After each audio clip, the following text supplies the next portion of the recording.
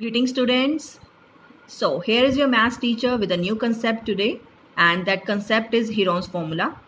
I hope you all have seen the slides of this topic through Extra Mark Learning app which I have given you yesterday.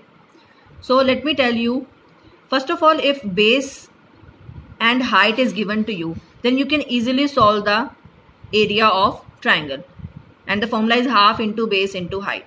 But what if height is not given to you and the three sides of the triangle are given to you? Then how you will find the area?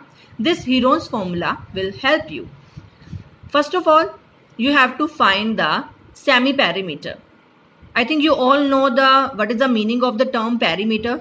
Perimeter means sum of all sides. And what is semi-perimeter? Perimeter ka half. Semi means half. Okay. So for finding the area of triangle, first of all you have to find the semi-perimeter, and then we will apply the Heron's formula. Okay. So see the first question of exercise 12.1. So here we go. A traffic signal board indicating school ahead is an equilateral triangle with side A. What is an equilateral triangle? A triangle with all the three sides are equal.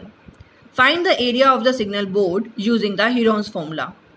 If its perimeter is 180 centimeter, what will be the area of the signal board? So first of all, you have to find the S. And what is the meaning of S? Semi-perimeter. Okay. तो semi perimeter में क्या करना पड़ेगा आपको?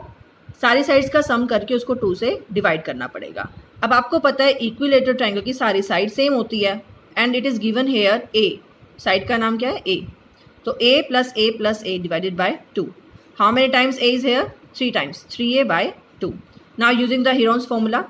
Formula है s minus a, s minus b, s minus c. Okay. What is a, b, c? A, b, c are the sides of the triangle. So area of the triangle S. What is the value of S? 3a by 2. S minus a, S minus b, S minus c.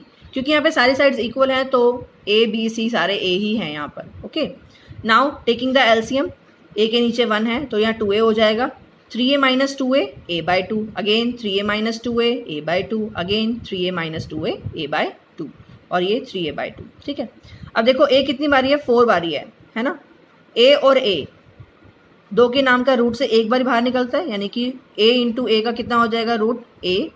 ऐसे ही a into ए का root कितना हो जाएगा? a, यानी कि a square हो गया. 2 multiply 2 4. 4 का रूट कितना होता है? 2.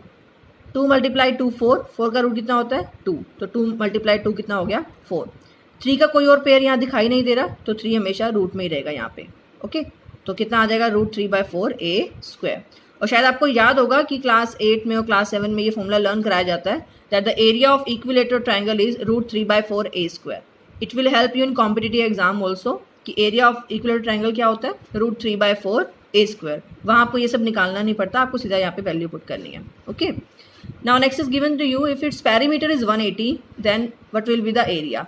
अब पेरीमीटर दे रखा है आपको 180, राइट. तो साइड कैसे निकालते हैं? अगर पेरीमीटर गिवन हो तो 3 से डिवाइड करोगे क्योंकि all the size are equal. तो साइड कितनी हो जाएगी? 60 सेंटीमीटर. आपको एरिया निकालना है. Root 3 by 4 a square. A की वैल्यू कितनी है? 60, यानी कि 60 का स्क्वायर. रूट 3 बाई 4 60 का स्क्वायर. आंसर कितना आ जाएगा? 900 रूट 3. और एरिया किस में होता है? स्क्वायर में होता है. तो यहाँ पे मीटर स्क्वायर है या सेंटीमीटर स्क्वायर है? सेंटीमीटर. तो आप क्या लिखोगे? Centimetre square. और अगर यहाँ पे मीटर हो तो क्या लिखोगे आप? Metre square.